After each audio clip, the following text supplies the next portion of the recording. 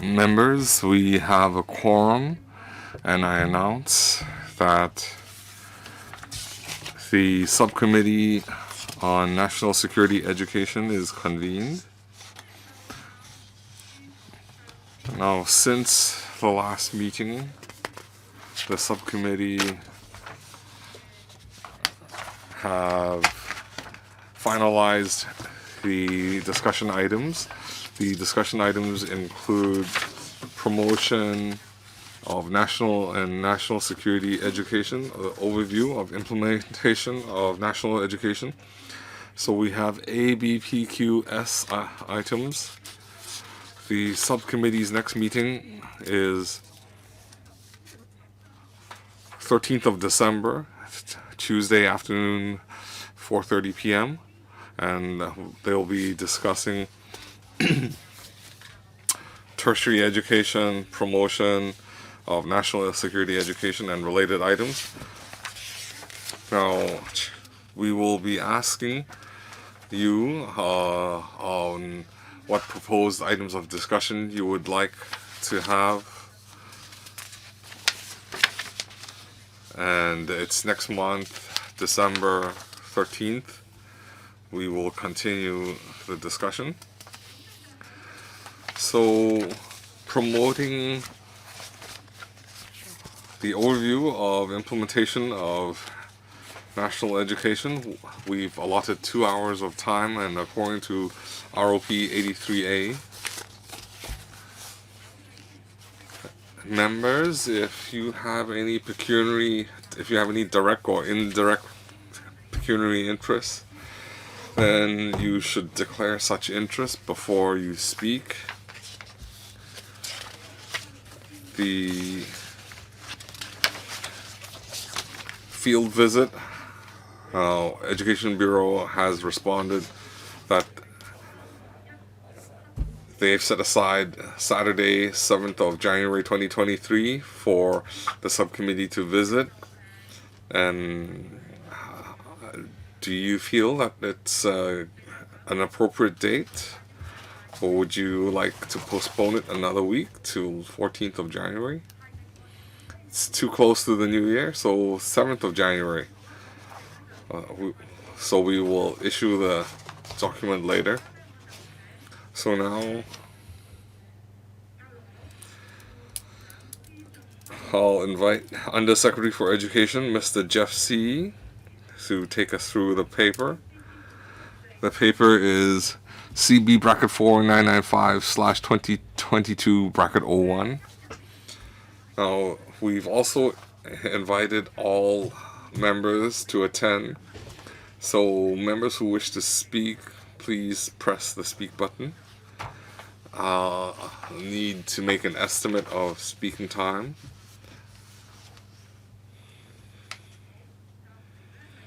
So we now have 10 members wishing to speak.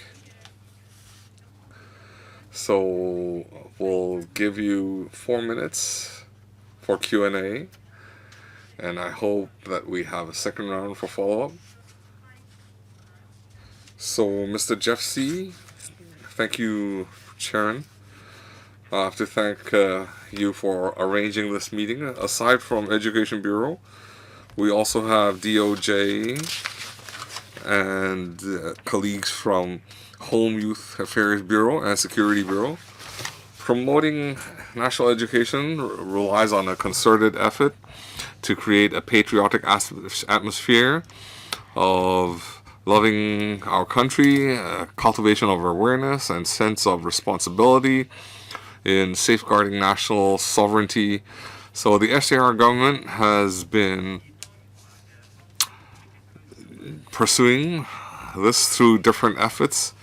Under the leadership of Chief Secretary, we rely on the Constitution and Basic Law Promotion Steering Committee, the overall strategy for promoting the Constitution, while we work with different government departments and promote this idea. So on 25th of July, we held national security workshops in schools. We worked with our education sector. So today we will be reporting the outcomes of different departments regarding national security. The DOJ has been actively strengthening education in the Constitution, basic law, and national security. So through different forums and conferences, we've tried to develop the correct understanding of the Constitution, the basic law, national security law, the one country, two systems, and so on. So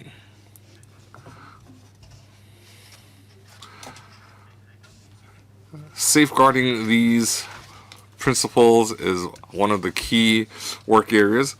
So we have set up a steering committee to work with the stakeholders regarding national security education, training, and so on. At different levels of society, we will be training the trainers in order that they can promote a uniform and correct understanding to youth and the rest of society. The Constitutional and Mainland Affairs Bureau has been taking a multi-pronged approach, including having themed conferences and talks, plus actual field work. They work with social media, online platforms, they support grassroots groups, they hold workshops for the public and so on. The public, and especially the youth students, can receive the relevant information on Constitution basic law through different channels. Now, regarding civil servants, the Civil Service Bureau has included basic law and national security law tests. Starting from 1st of July, new civil servants, new applicants need to get a pass in the basic law and national security law tests before they will be considered for recruitment. The Civil Service College also has a training curriculum for different sectors of the civil service. So when civil servants are promoted to different levels, they will attend the different courses. Next year, Civil Service College will strengthen the areas regarding national identity and so on. Home Affairs and Youth Bureau, they work with schools and different stakeholders. It includes producing announcements of public interest, competitions. They work through social platform and different publications. The HYAB also provides subvention and funding to eligible organizations, and they also host territory-wide activities. HYAB also conducts different exchange programs. They will enhance youth's awareness of world affairs. HYAB will conclude its youth development blueprint by the end of the year, and they will formulate different policies for youth, work with different partners to promote youth education programs. The Culture, Sports, and Tourism Bureau, they help instill patriotism through multiple channels, among them the Hong Kong Museum of History, Hong Kong Museum of Coastal Defense. So through these different education programs and activities, they will give the public a deeper experience, feeling, and understanding of history. So they will be better able to appreciate Chinese culture.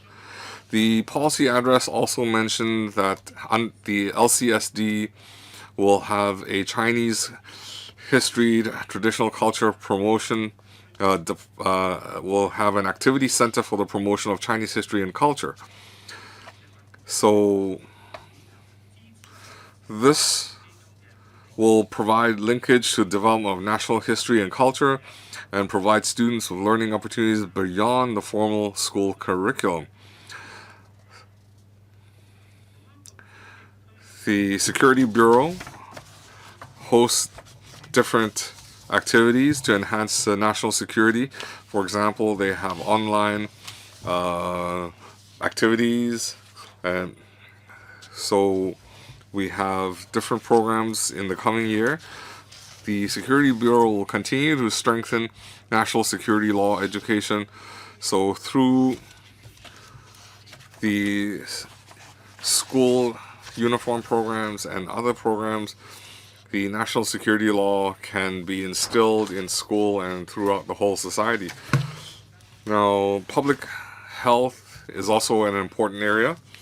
Now, in order to enhance medical staff's national identity and also awareness of national security, a sense of responsibility, the Health Bureau has encouraged the different statutory bodies, including a hospital authority.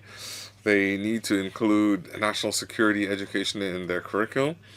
So hospital authority, as being the largest public sector health care provider, they are also promoting national security education. So Health Bureau internally has different activities for colleagues to participate in Civil Service Bureau programs. During COVID, they have been participating in our anti-COVID measures. So they are able to further understand the nation's strategy against COVID. So they are taking a multi-pronged approach. They provide a curriculum guideline. They provide resources. There's also training for teachers.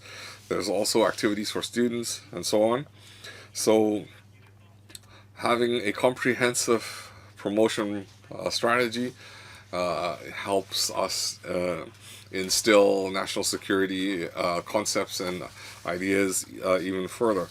So schools accountability will be enhanced, and under school-based management, the school management has the responsibility to plan and monitor national security education, and will also follow up on and continue to fine-tune the work.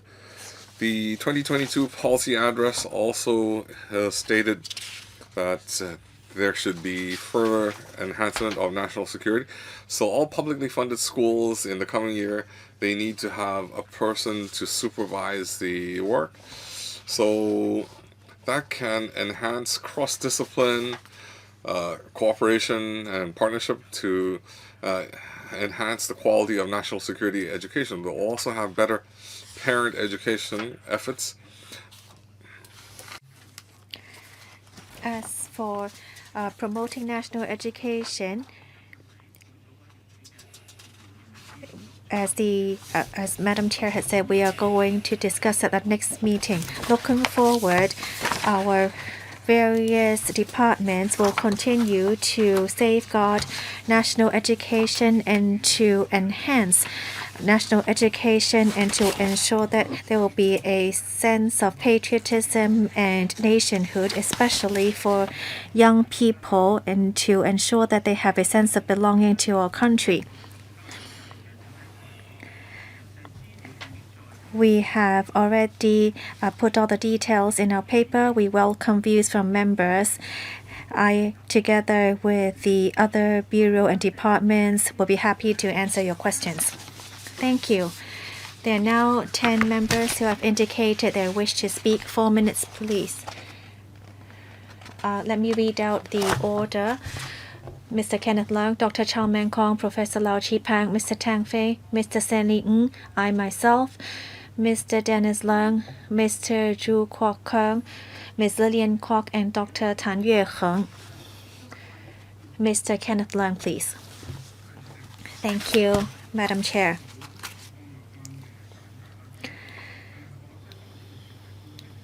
This is a very important topic for discussion.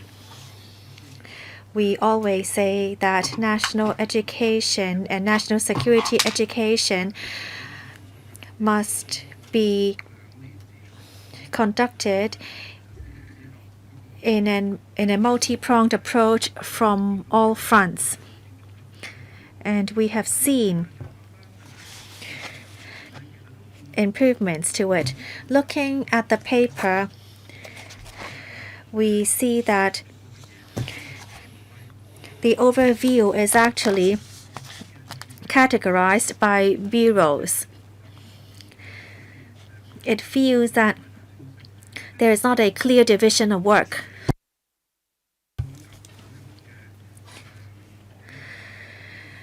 There are some platforms in promoting national security online, but it seems that each bureau is doing this individually. Would you actually try to work together to set up one platform for all? And national education also includes ecological safety and other themes. Would you try to adopt themes to try to raise awareness in the younger generation?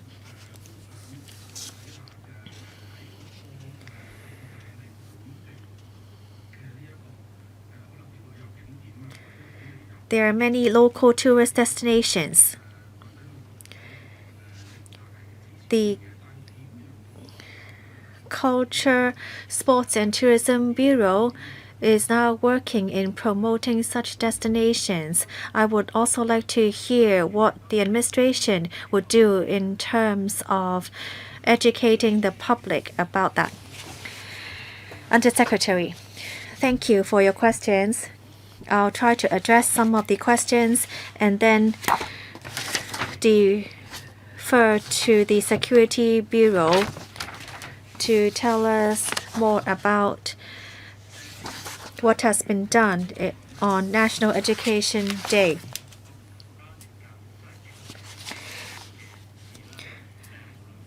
The promotion of national and national security education hinges on the concerted efforts of the society. Therefore, this must be done both inside and outside of schools.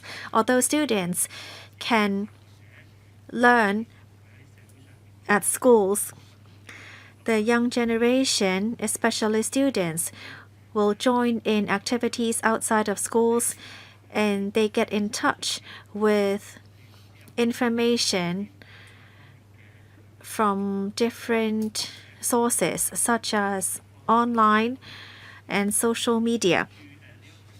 These are all different kinds of learning. How can schools integrate knowledge outside of the classrooms?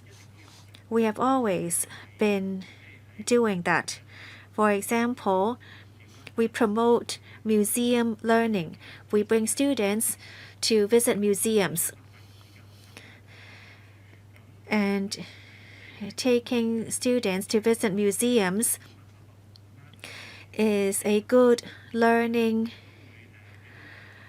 process. With the opening of the Palace Museum, students can learn more about Chinese culture.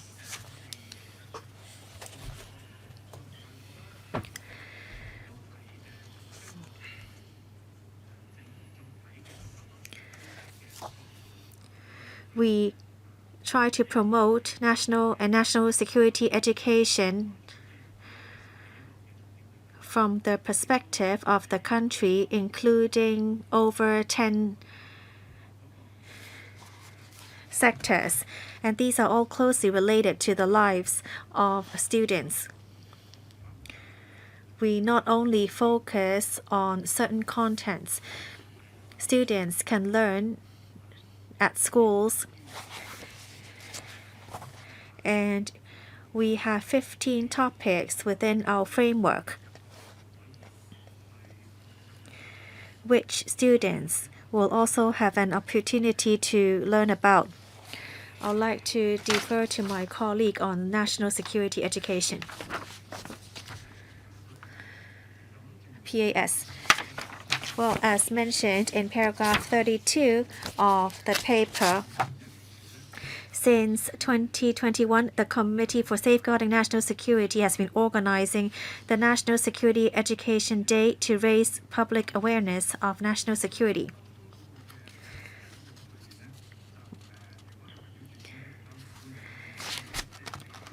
In 2022,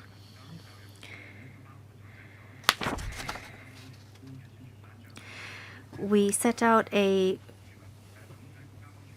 pamphlet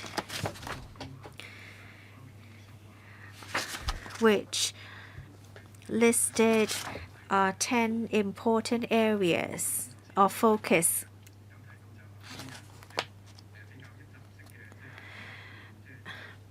Mr. Leung asked whether a platform would be available to provide all the information needed. And in paragraph 30, you can see that the Security Bureau launched the Hong Kong National Security Law Online Virtual Exhibition in 2021 to cover the importance of the national security law, the legal regime, enforcement mechanisms, major provisions, and effectiveness. And that is actually for the public to learn more about national security law. Dr. Chow Meng Kwong. Thank you, Madam Chair.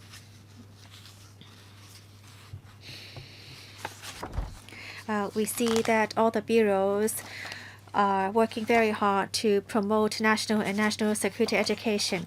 My alma mater called me today, inviting me to share with the students national education and national security education, and I was very honored to be invited.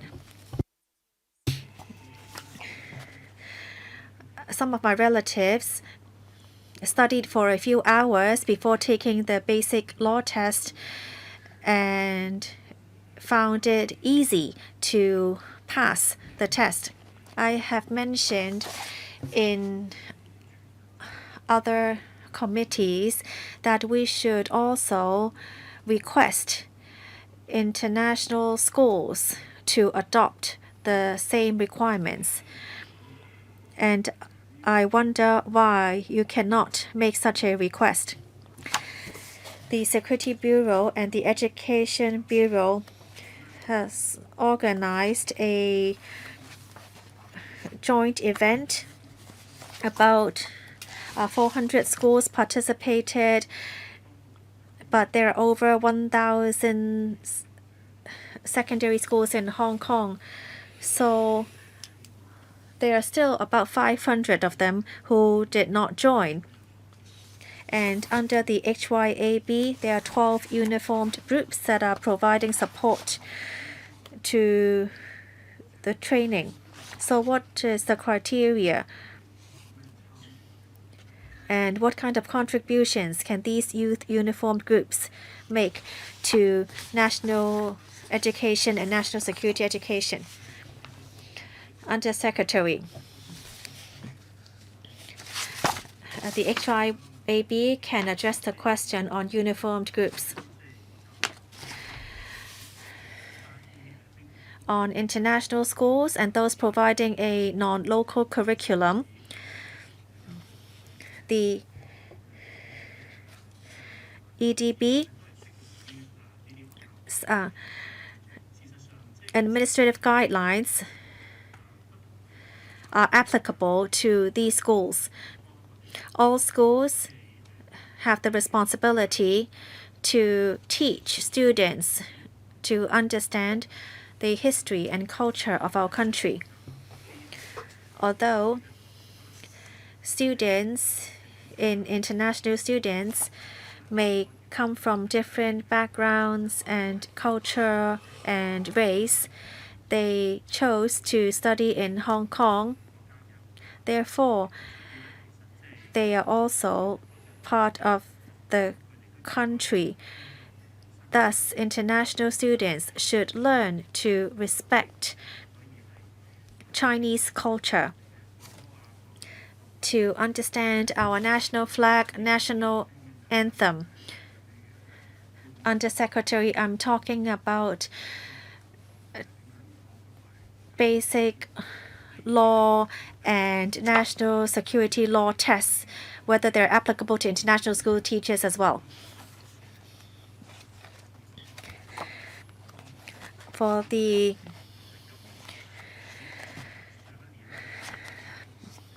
basic law and national security law tests, we have also included new recruits of DSS schools and kindergarten teachers. We will continue to review whether these should be extended to other teachers as well. You asked about the competition jointly held by the SB and EDB. We hope that through such competitions we'll be able to attract more schools to participate. A 400 school engagement actually is already quite good. In the policy address, we have pledged to invite more schools to join in national education events. I would like to ask the HYAB to address the question on uniformed groups. Thank you. Thank you, Mr. Chow, for your question. This is very important. Therefore, one of our goals is to promote a sense of national identity. During 2018 to 2020, we have arranged for uniformed groups about 80 exchanges on the mainland. However, some of them have moved online due to the pandemic. These exchanges are very important as they can raise awareness of national security and national education. In 2021 to 2022, the former Home Affairs Bureau launched a one-off program to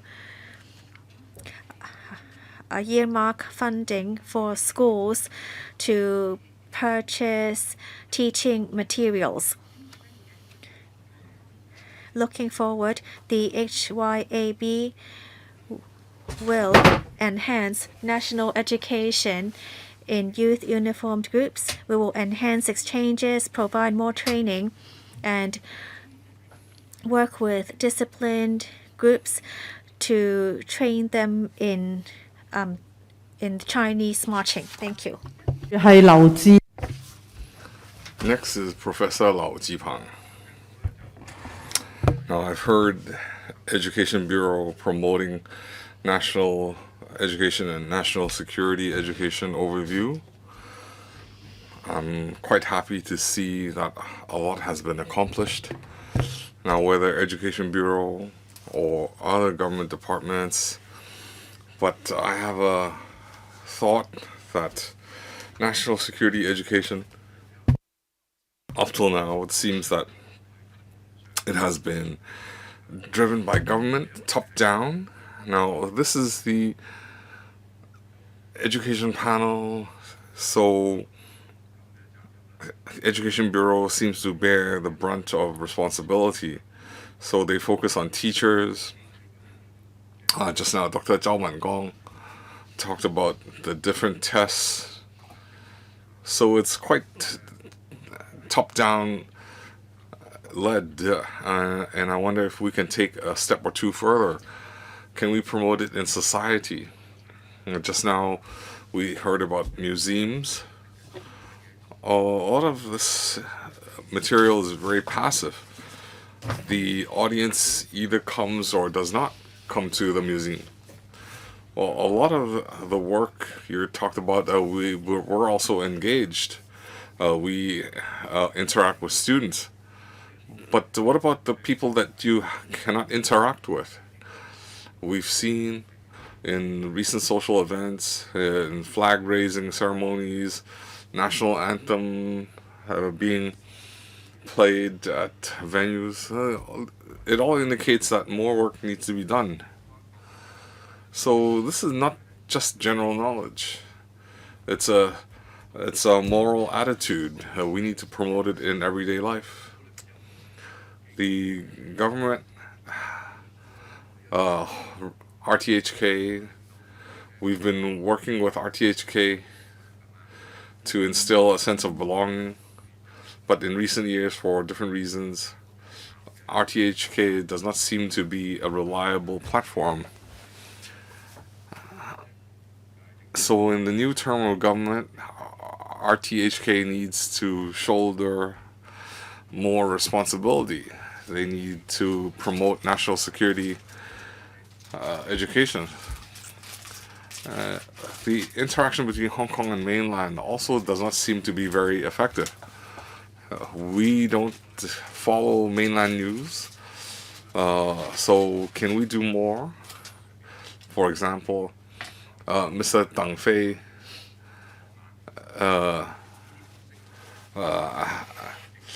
had a lot of accomplishments, and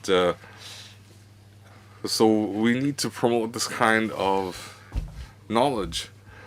Now, we need to know the general public, aside from youth and students. There are other age groups, and they also need. We also need to promote national security to them. Deputy Secretary, thank you, Mr. Lau, for your input. As a matter of fact, national education is the government's responsibility.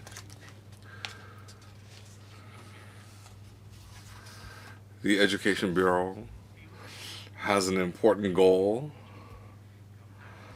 but as a matter of fact, the whole of society, we also need effective promotion in different grassroots associations. So HYAB, they have a civic education committee where they can provide funding to different organizations. So Education Bureau, we do think out of the box.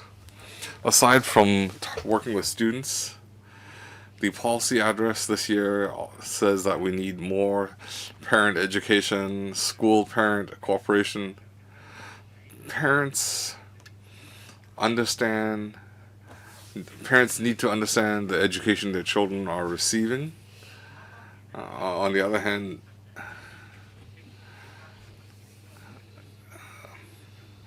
parents need to take a bigger role in educating their children.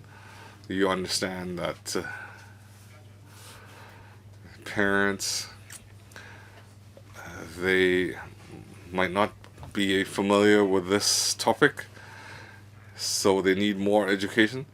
Now, you also referred to RTHK, some question and answer competitions. We feel these are very effective. Now, Education Bureau also hosts history, culture quizzes, and we work with TV stations to do this promotion. So these types of activities and competitions can help promote the spread of this information. Next, Mr. Tang Fei. In paragraph 6, it mentions the DOJ works with stakeholders to conduct leadership programs. So they also train the trainers and provide training material, and so that they can provide the correct and uniform information. So can DOJ explain what this is all about? Because in my recollection, I don't recall any activities. I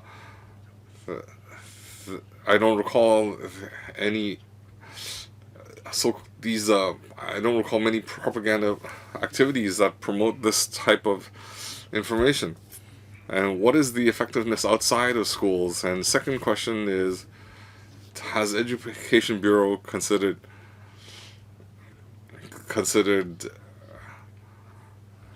funding for teachers, colleges, for example, in master programs, where there is, can you provide national security education at a postgraduate level? We do have the Bar Association, the Law Society, where they can promote these ideas, for example, in the criminal law aspect. But we do have other areas on the mainland. This would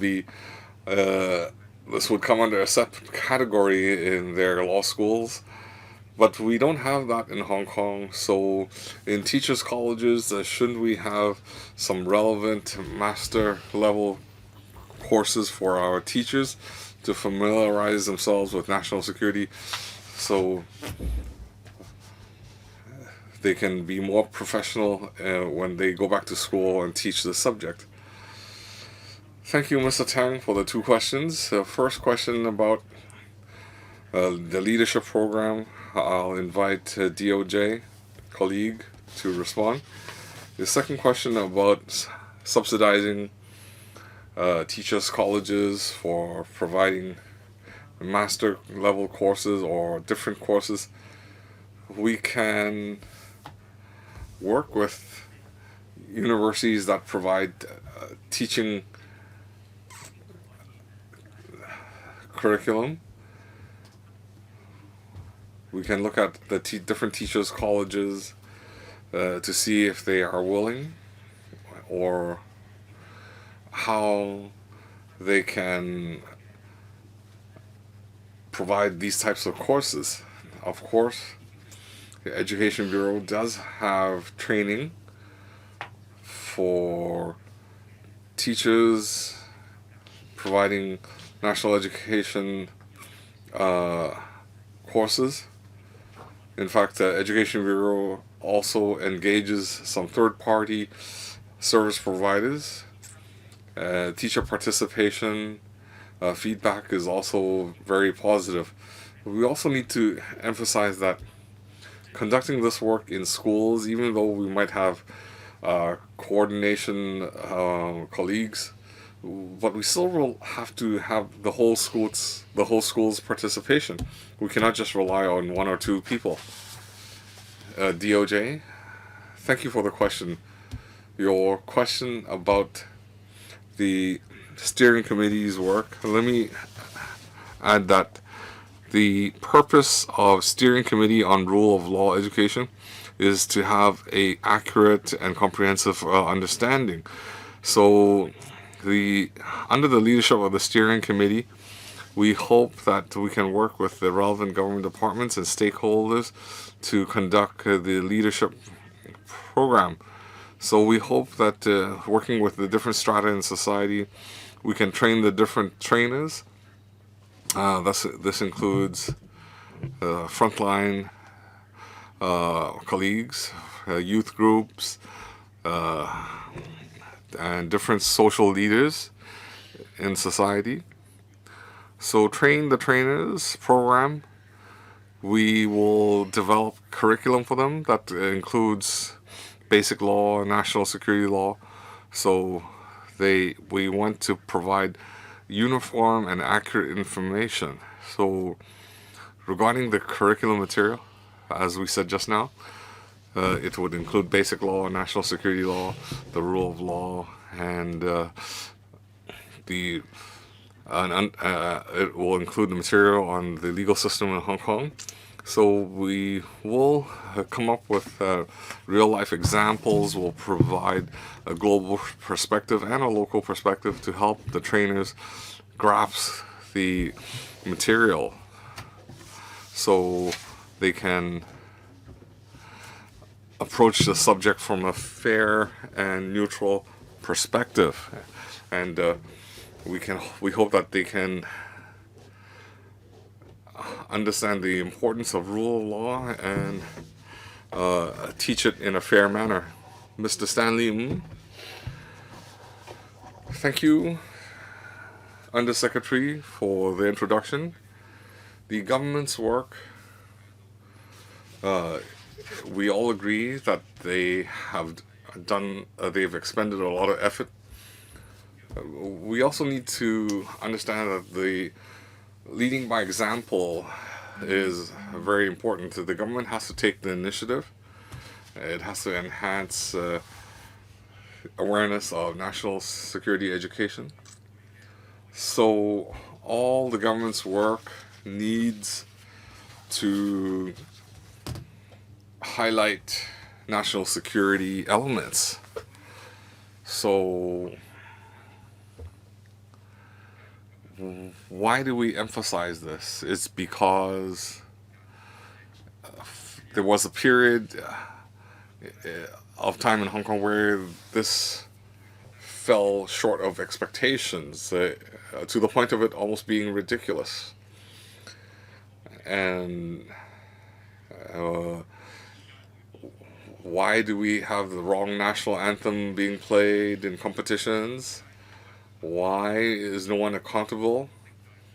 So that's how poor their sense of identity is. So when a Hong Kong delegation competes overseas, the wrong anthem is played.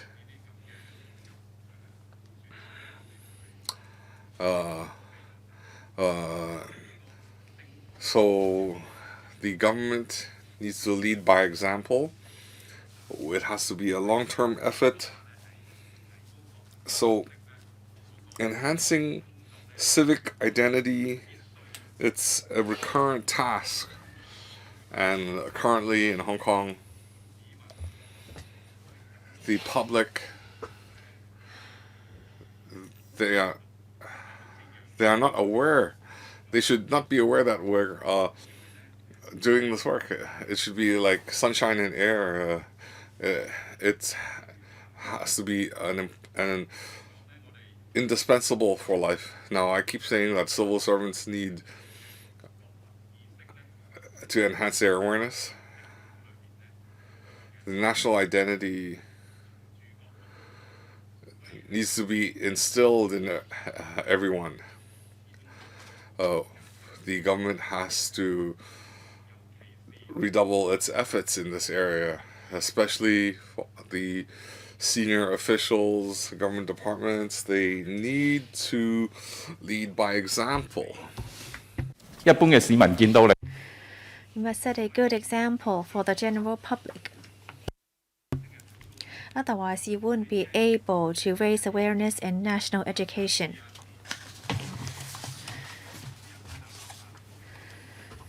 By just requesting people to be tested, it's not enough. We must make sure that it becomes a habit and that it becomes sincere and from the bottom of our hearts. I'm just giving comments. Would the administration like to respond? Thank you. Thank you, Mr. Ng, for your comments. We understand, and our various departments in the government will continue our concerted efforts in this line of work. On the incident of playing an inappropriate song as national anthem, it is very clear that we only have one national anthem, which is March of the Volunteers. All organizations and everyone should safeguard our national anthem. The SAR government has condemned the incident, and we are going to press ahead full steam with an investigation. Thank you. It's now my turn to speak. I'd like to follow up on the requirements on teachers. which some members have already asked about, such as the tests on basic law and national security law test. International schools may be a loophole.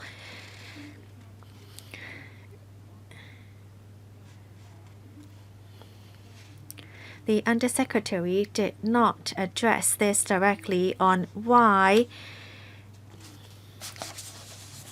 the assessment requirement will not be applicable to international school teachers.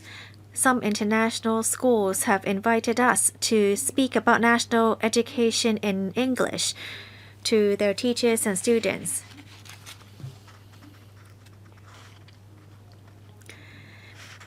In the incident of national anthem at South Korea, I see that the team of players are mostly of other nationalities, but they must still understand the solemnness of our national anthem. They must abide by the national security law as well. I see that the DOJ has issued guidelines to barristers recently, reminding them to abide by the national security law.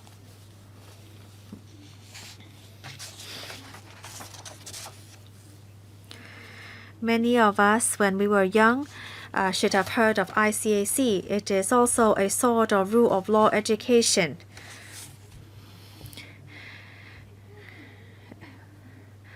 We do not want to see any ink tainting our glasses of water. So this is all kind of education on rule of law. I'd like to take this opportunity to talk about the necessity of rule of law education. Hong Kong has been through some painful incidents. We have seen problems arising from the education system. Therefore, we now need to work on curing the problem. I agree that it should be as natural as breathing air, but this is what we have been lacking in the past few years. From my view, it's quite embarrassing that the Hong Kong team did not know how to respond to the broadcasting of the song which arose from the social unrest.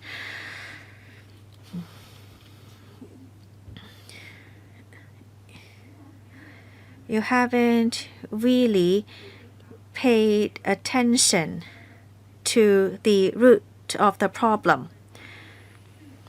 I would like the Undersecretary to give us an answer on why international schools are not or do not fall under the ambit.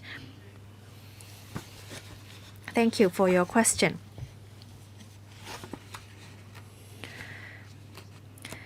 The management and curriculum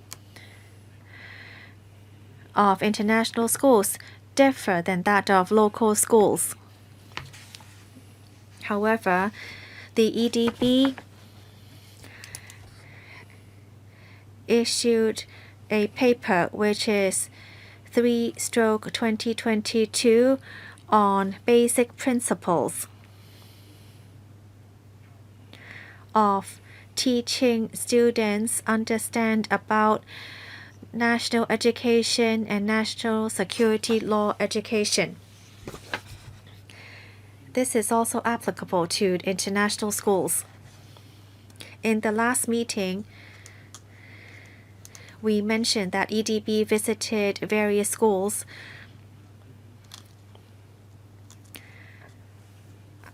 to understand what has been done in terms of national education. We visited international schools and also schools which are private and offer non-local curriculum. Many of the schools, including the international and private schools we visited, are able to abide by the guidelines suggested by the EDB and implement work such as enhancing teachers' knowledge on national education and to help students understand the important concepts of national education.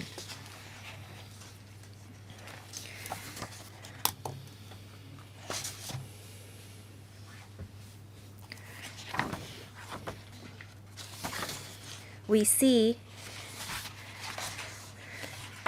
that many schools already have launched the flag raising ceremony. We can try to provide more support to schools. We are willing to review that, and when necessary, the EDB will be happy to support them in such activities. Madam Chair, you talked about the incident of playing the wrong song in place of the national anthem. The Culture, Sports and Tourism Bureau has communicated with the national sports associations, and they are now drawing up guidelines on how to address this problem when it arises in other countries. I'll wait for the second round, but I'll just add here that this doesn't only involve the EDB. There are some non-Chinese people who study in Hong Kong and represent Hong Kong, not limited only to the sports sector. I want to also follow up on such guidelines. Mr. Dennis Leung. Mr. Chu Kwok Kung. Thank you, Madam Chair. There are a variety of education activities on national education and national security education, and we should focus more on classroom learning, the most important being enhancing teachers' knowledge in national education and NSL education. We see that it's not enough at the moment. NSL is quite complex, and when teachers do not have thorough understanding of that, it will be difficult for them to teach it to the students. The administration has heard many of our comments. Do you have preliminary plans on what you will be implementing in schools? For example, would you add this in the principal training program and also on the training of teachers program? There will be a position on national security law education. What would you do to enhance that?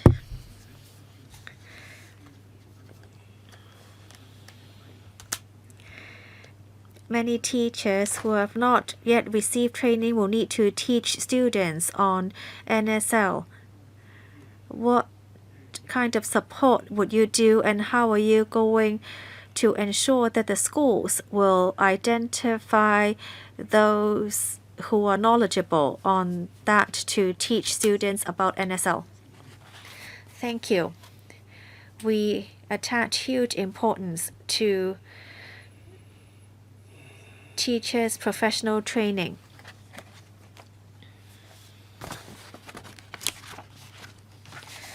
We would try to promote more teacher training. Starting from academic year 2021 to 22, newly recruited teachers will need to go through core training. We have also optimized the training for promotion of teachers, and these have included core training in teacher education.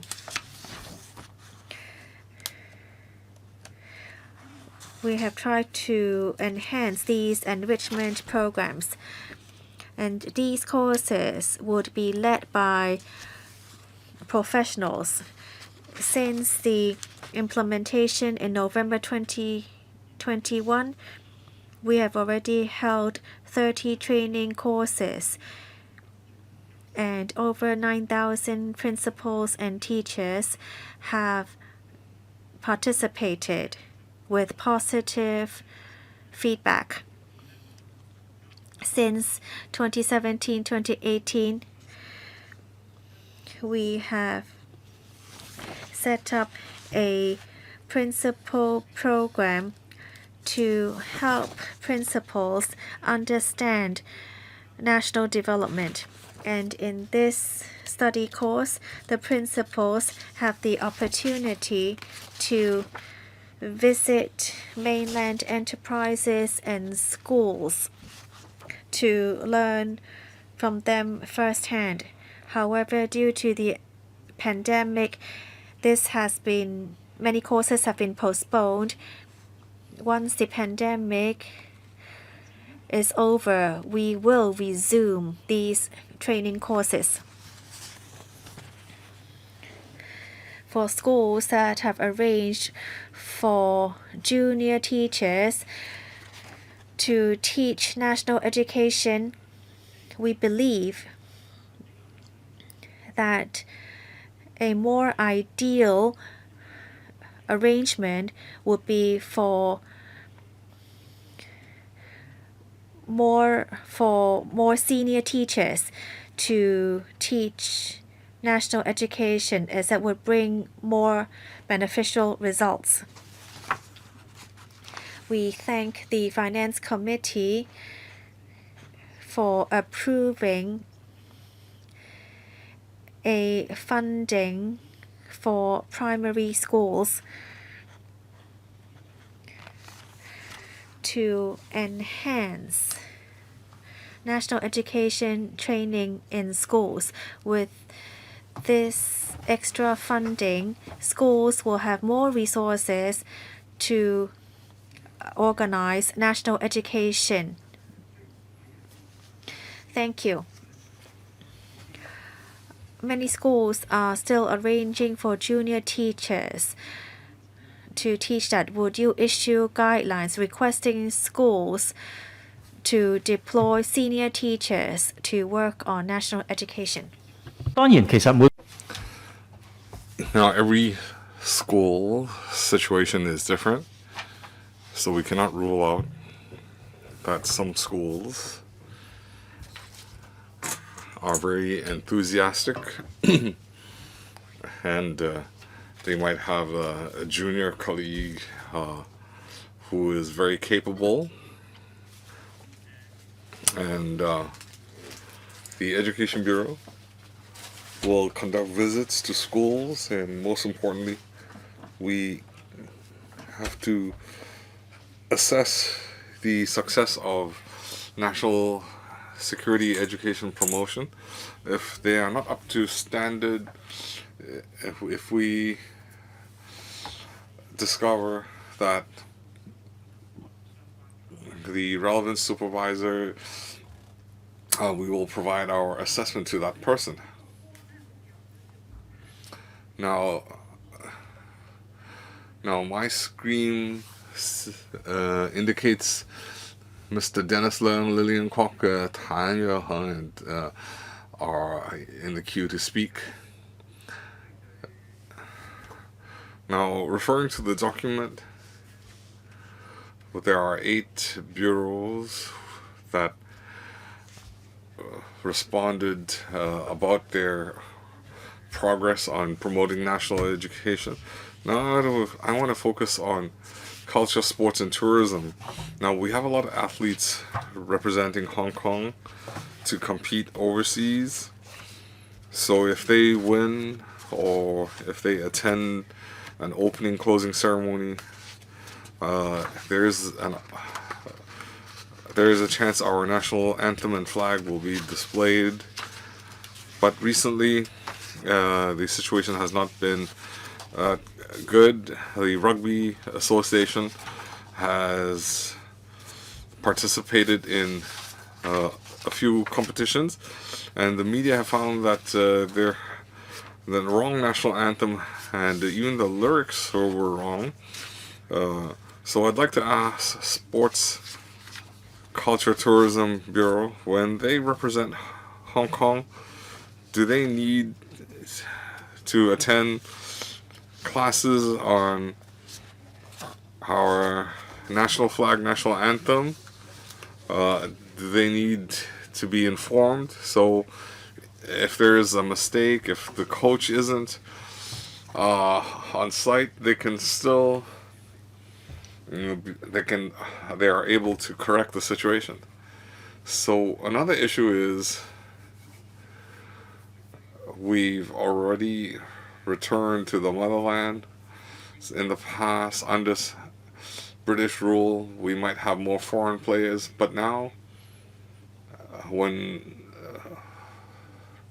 shouldn't we have more Hong Kong people representing Hong Kong rather than having foreign players? And even if you have foreign players, they shouldn't exceed maybe 10-20%. So we need to represent our country. We need to live up to the renaissance of Chinese culture. Undersecretary, now regarding the wrong anthem being played at sports events, the our government attaches a lot of importance to that, and we will follow up very seriously. So over the weekend, the CE and Chief Secretary, when they met with reporters, they already stated the SAR government's follow-up work. The government will write to the International Rugby Union and the Asian Rugby Union to express our strong dissatisfaction with the incident. We will also provide an official version of the anthem. We will also provide a description of the anthem. So in other competitions, we've seen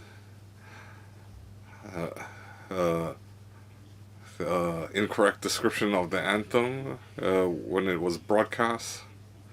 So regarding this incident, Sports Culture Tourism Bureau has indicated that the government will continue to communicate with the different NSAs and Hong Kong Olympic Committee, and they will inform them on how to deal with these scenarios. We'll provide some guidelines so athletes, when they encounter similar situations, they will be prepared on how to deal with it. So looking further into this incident, just now Chairman also indicated that we need a broader education in society. So when we have sports teams representing Hong Kong overseas, now our high school students might participate in academic events, international math olympiads, and so on. So sometimes national anthems will be played at the venue. So we already have a system in place in our schools. We educate our students on the national anthem. Well,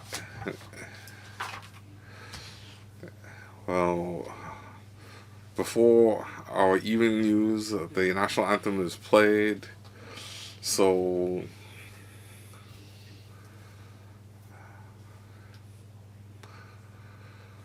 the public can have a better grasp of our national anthem. So education starts with the young, and we educate them about the national anthem. Thank you, Chairman. Next, Ms. Lillian Kwok. Now we see that the government's effort,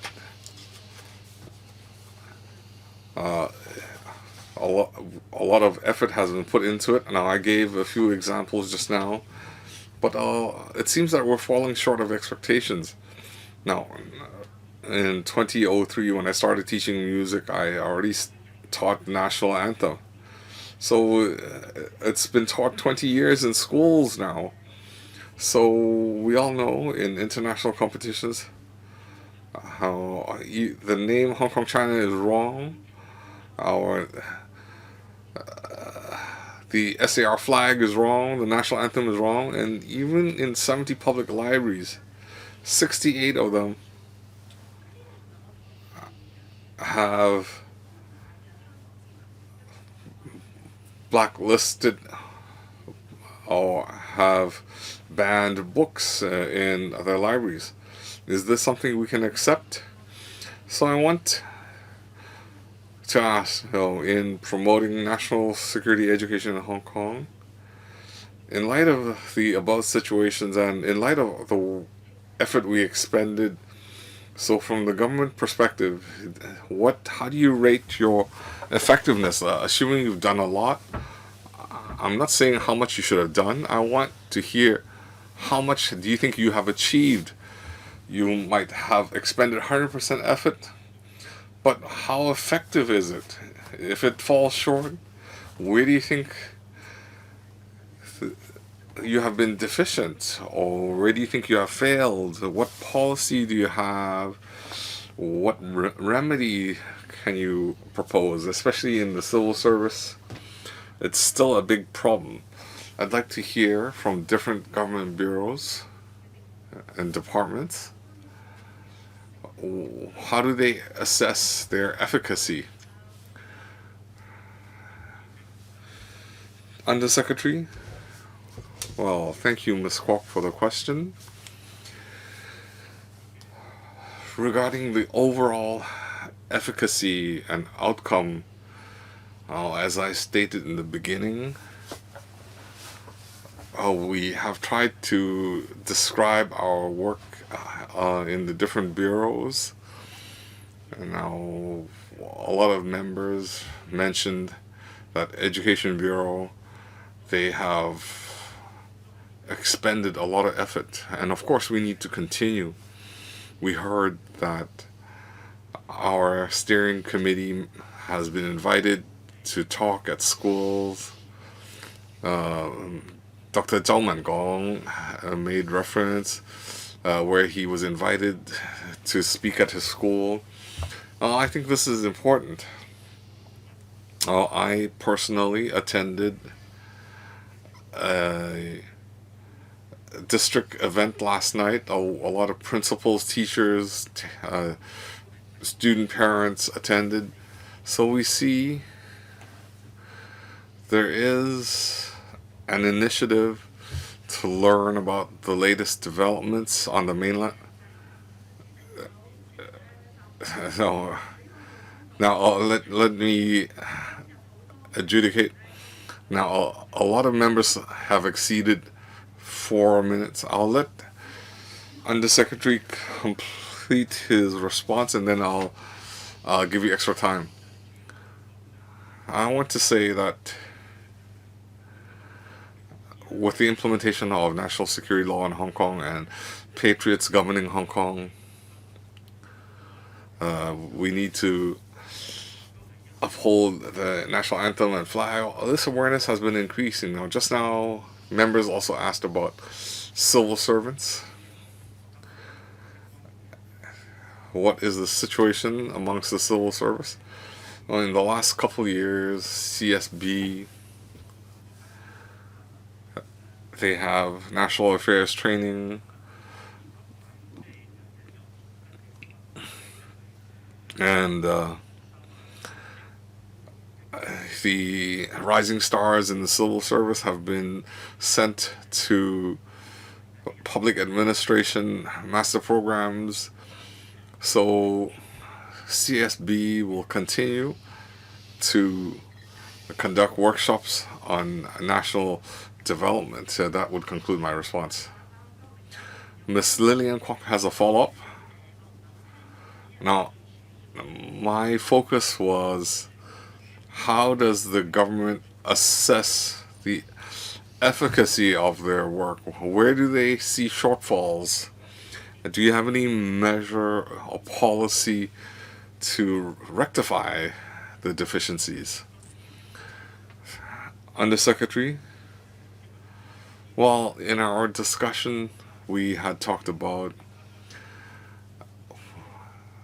national security work needs to be ongoing.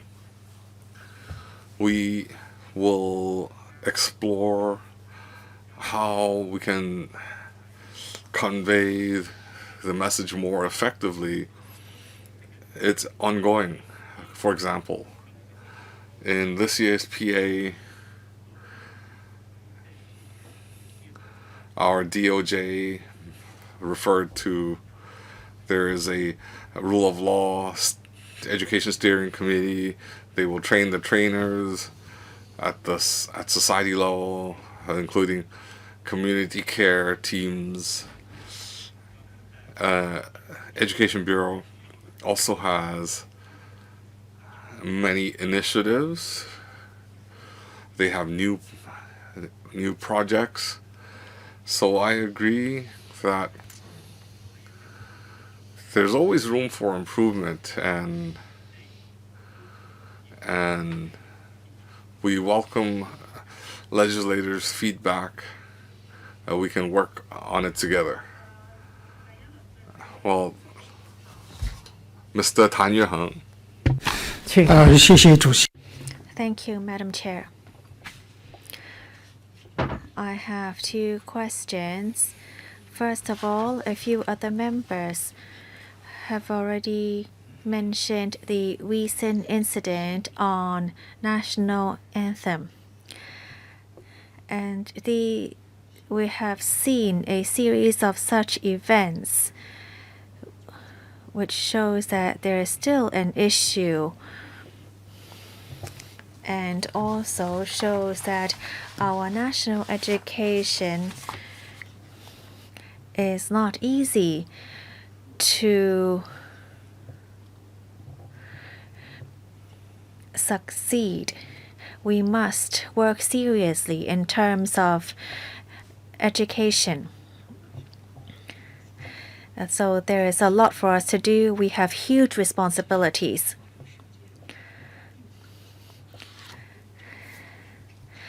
The national education should be a long-term policy. It is not something we can succeed or implement overnight. However, after the incident,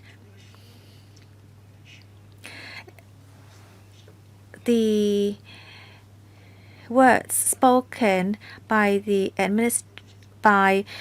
relevant organizations are quite disappointing, because it seems that they are pushing the responsibility onto the shoulders of foreigners.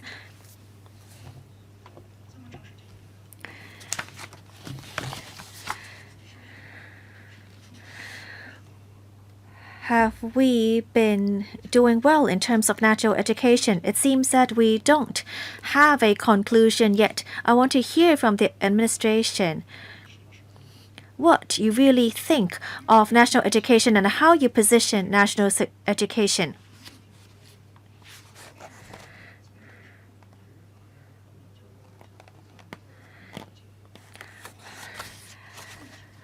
Going for exchanges on the mainland has always been important to the learning of national education. However, due to the pandemic, it's been suspended for 3 years. It seems that we are making excuses for this. Is it because that the borders are closed that we cannot achieve anything? Look at the National People's Congress. It was still held as usual.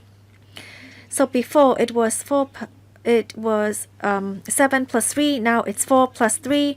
It's only a week of quarantine. We cannot try to use the pandemic as an excuse and not to do anything. We must continue with our exchanges with the mainland. There must be visits, exchanges, continue everything as normal.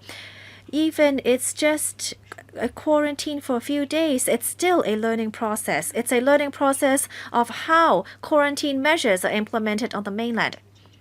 So why can't you just give a few more days of your time to quarantine and then go for an exchange on the mainland?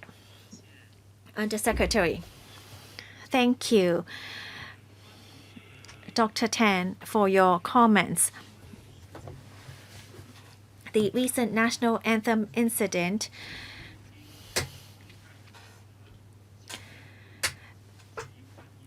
has been firmly criticized by the SAR government, and we have pressed ahead with an investigation. In terms of national education, as you said, this is a long-term process, especially from the perspective of the Education Bureau. Today, students in schools, after 10 years of basic education,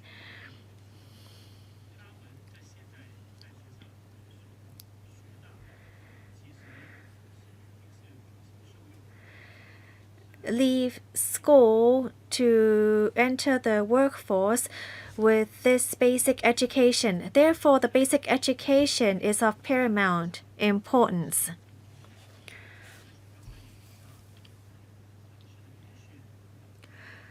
Teacher training also is core to us.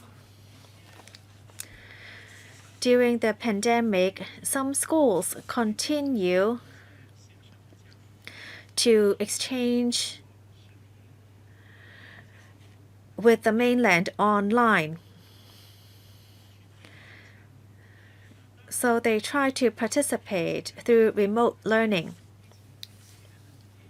Before the pandemic, students find it easily accessible to participate in exchanges on the mainland. Nowadays, to be frank, it's a bit difficult for the schools to arrange. Because of the quarantine measures, schools may need to consider asking parents to accompany the students. As students need to quarantine by themselves in the rooms, I'm not saying that it is totally impossible, but it's just a bit more complicated. With the easing of the pandemic and the shortening of quarantine, there is room for us to discuss whether part of the exchanges can be resumed physically.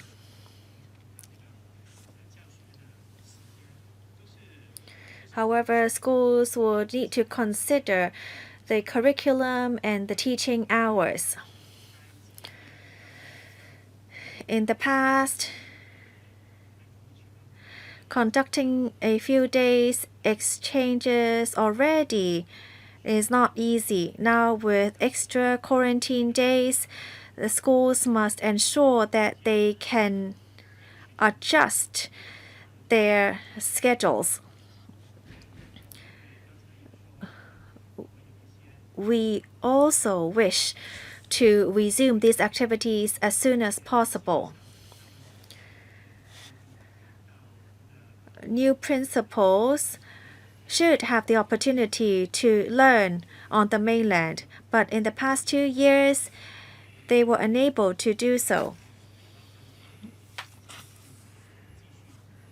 Once possible, we would do this as soon as possible. Madam Chair, I'm talking about adults, not students here. There are 3 members who wish to speak a second time, and we would have 3 minutes each. The first to speak is me. I'd like to follow up on a couple of questions.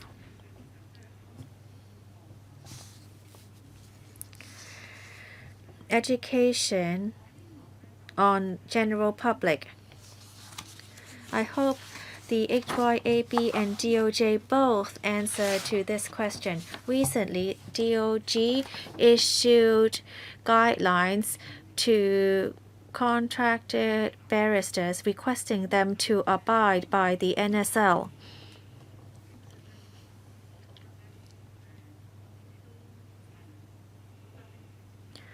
I accept such a move. At the same time, as a practicing barrister in Hong Kong, they have the responsibility to safeguard the rule of law. There is a national security law in all countries. This should be totally natural. To be a practicing solicitor or barrister, you must uphold the basic law, the Constitution, the NSL, and any other laws.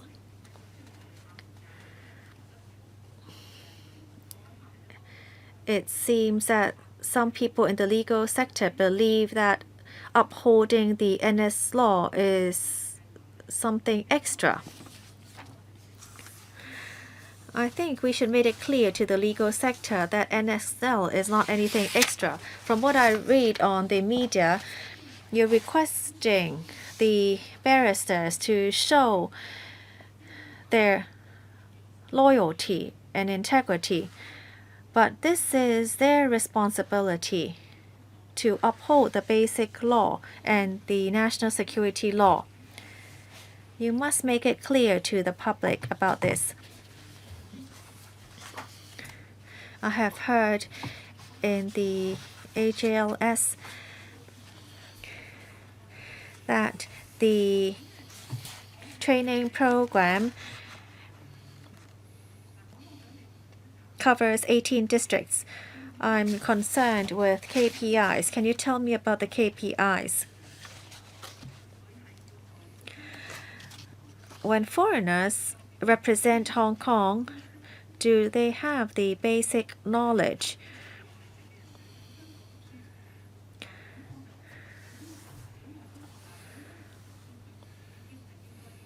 For students who study primary, secondary schools in Hong Kong, they must understand our national anthem, emblem, and national security law. And these must cover international schools as well. I don't think international schools reject this idea. Therefore, you must set a target for them to abide by these rules as well. All those who receive education in Hong Kong must understand this. Oh, you can't embarrass us elsewhere. So for those of you who receive education here, you must know the national anthem, the national flag, regardless of your race. Secondly, as long as you are representing Hong Kong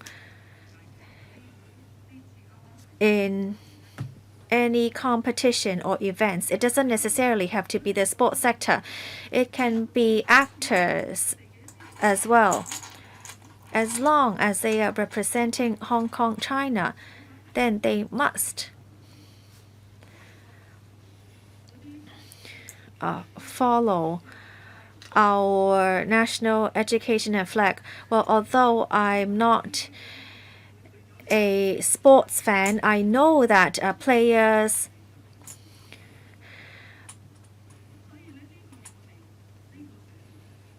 transfer to other clubs.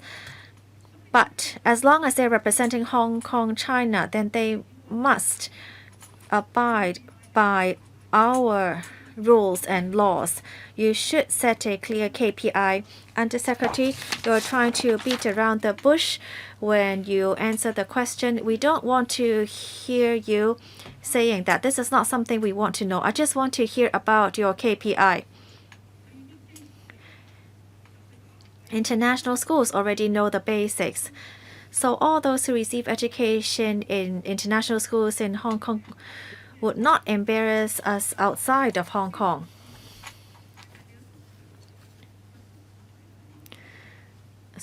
So if you graduate from Hong Kong, then you must have this basic understanding. I just want you to set clear KPIs. DOJ, can you answer this question? Thank you, Madam Chair, for your question. The rule of law education doesn't only cover contracted barristers. Everyone in Hong Kong should abide by the rules and laws of Hong Kong, whether it be the Constitution, the Basic Law, or the National Security Law education. Therefore, in our training program, we hope to set up training materials which can cover all these laws.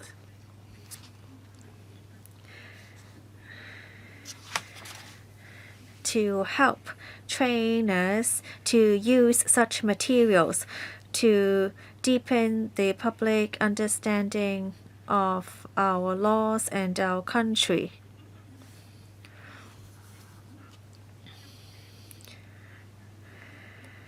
Trainers would include people from different sectors, including from the legal sector.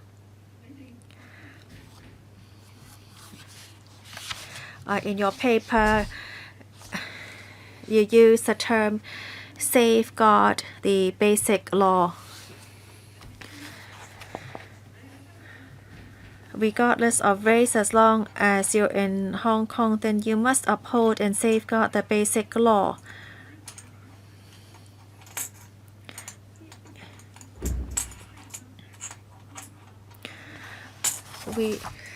This is something that should be natural.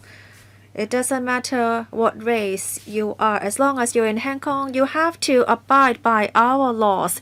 So you must have the confidence to make sure that, well, even if it doesn't matter which sector you're representing, you must abide by these laws. Thank you, Chairman. I'd like to respond. In 2021 National Flag Anthem Amendment Bill, after it was gazetted and took effect, Education Bureau immediately issued a notice to all schools, including international schools, a notice regarding national anthem and national flag. And it was included in primary, secondary school curriculum. And when flag raising ceremonies were held, guidelines were issued. We also provided teaching material and other guidelines. So, to answer Chairman, this notice was sent to all international schools as well. Dr. Zhao Mangong, thank you, Chairman. The notice that you referred to is not binding. You sent it to private schools, international schools. So it needs to be binding And today we talked about the overview of national and national security education. So the Education Bureau has principal responsibility. Now, I looked at Civil Service Bureau response, but they have not attended. Could we invite them on the next occasion? Now, actually, sports, culture, tourism is also important. Now, if you're born in Hong Kong, what do you rely on to understand the material? Well, if you say I have to, we watched Andy Lau's movies, we watch ATV. That's how we learned about Chinese culture. And can sports, culture, tourism provide subsidies to TV stations? We need to have programs on the Korean War. We're not trying to hard sell, but if you look at the UK, they've been shooting Bond movies for decades. Every other country is the villain. Well, we need to show the public the importance of national education, national security. That is important. So, Chairman, perhaps we can hear from the government on this.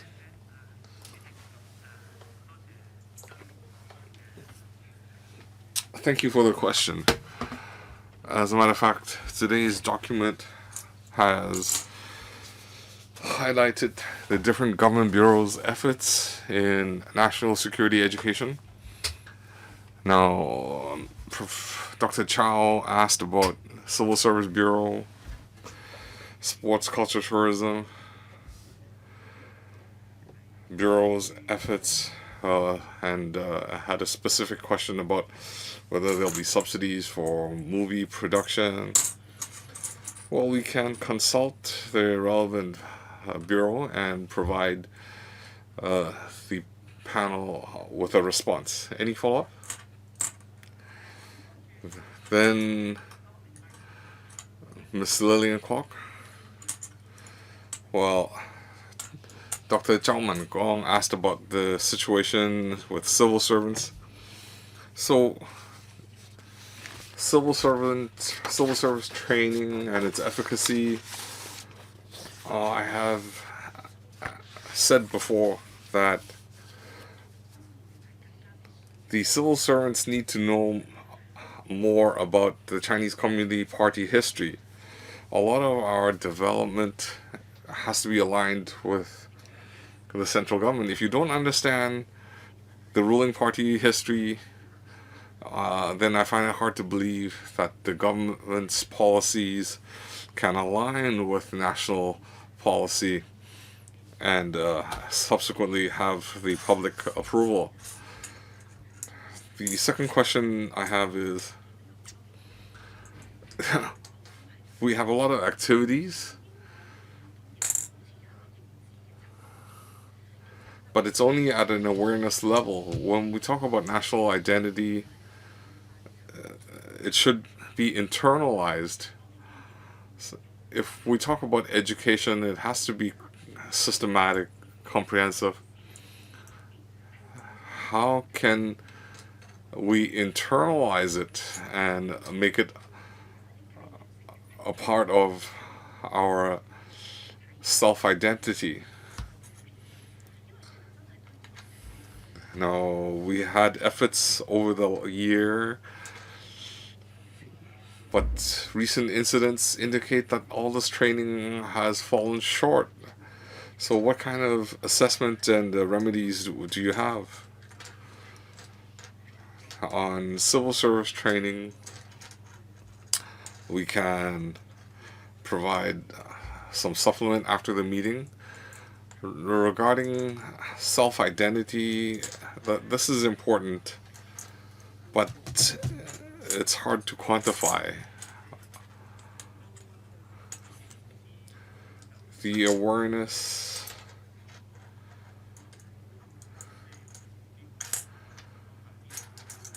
we can rely on basic law, national security law tests for civil servants. We can assess the candidates' knowledge about basic law and national security law, but self-identity, that would be hard to assess through tests. We might have to consult with some experts. But I want to mention that Education Bureau's work does not rest at self-identity. In the previous meeting, we had mentioned we need to instill a sense of patriotism. We want people to be willing to contribute to the motherland. We want people to serve the country. So we attach equal importance to all this work. It has to be ongoing, and we will continue to expend efforts in these areas.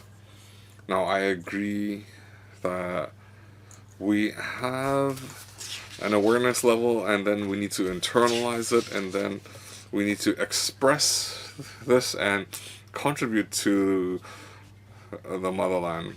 But I haven't heard the government departments, what actual plans or schedule do you have to, let's start with the simple example. A foreigner, we have net teachers. Each school has a net teacher, a native English teacher. They don't need to learn about national security and so on. So how do you get these people to align with our goals? So will the government come up with a schedule to how are we gonna promote national security, national law, national education?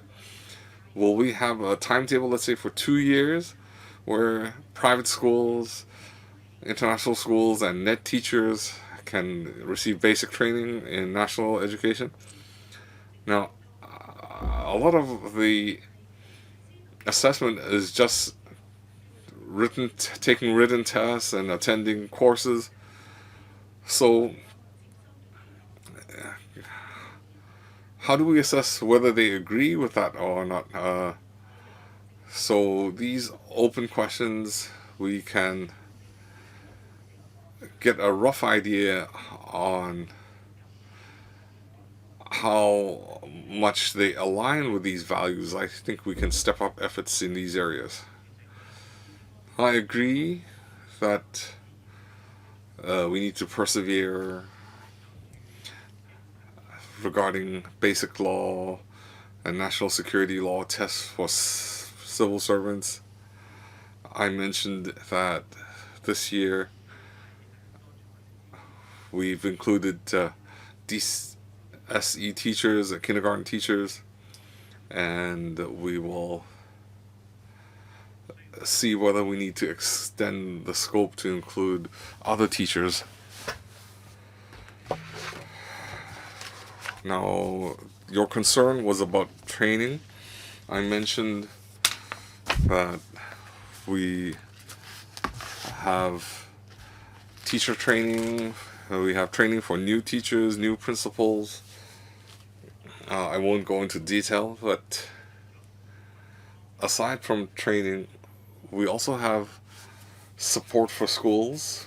We want to equip teachers so that they are able to do a better job at national security education, national education. We've discovered that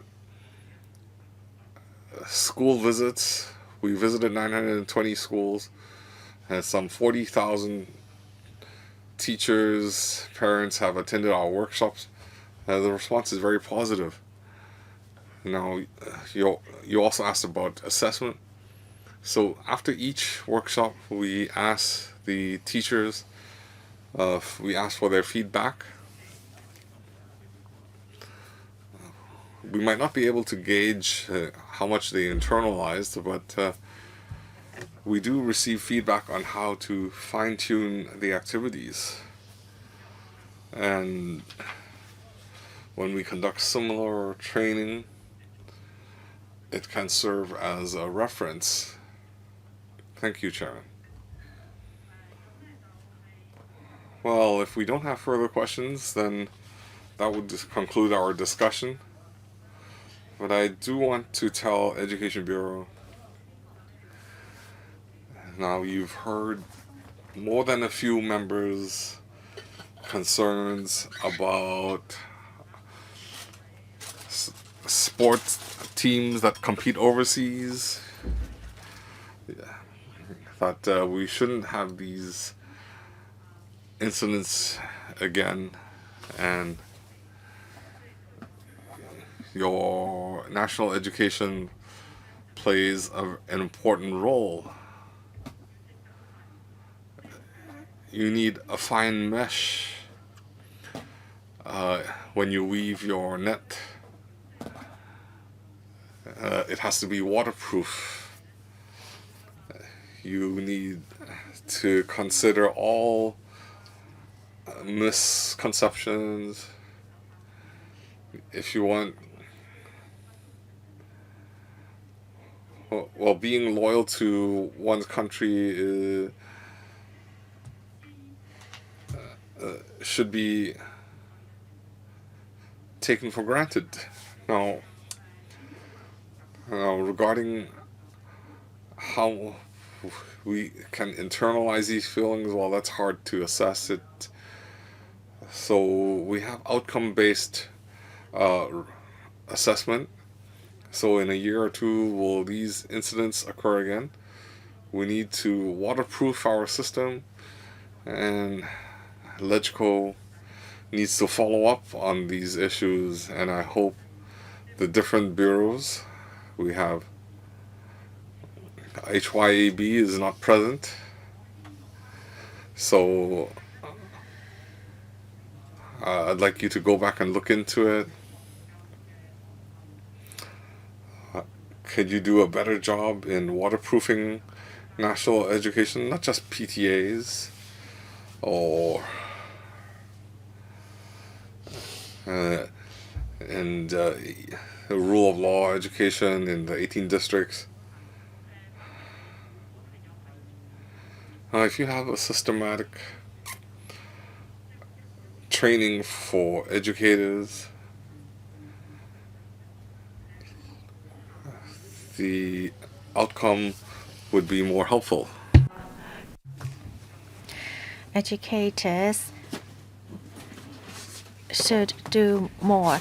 We would further discuss this topic. I know all of you attach huge importance to it. We'll just stop here today. You can send in any comments you may have. I adjourn the meeting. Thank you.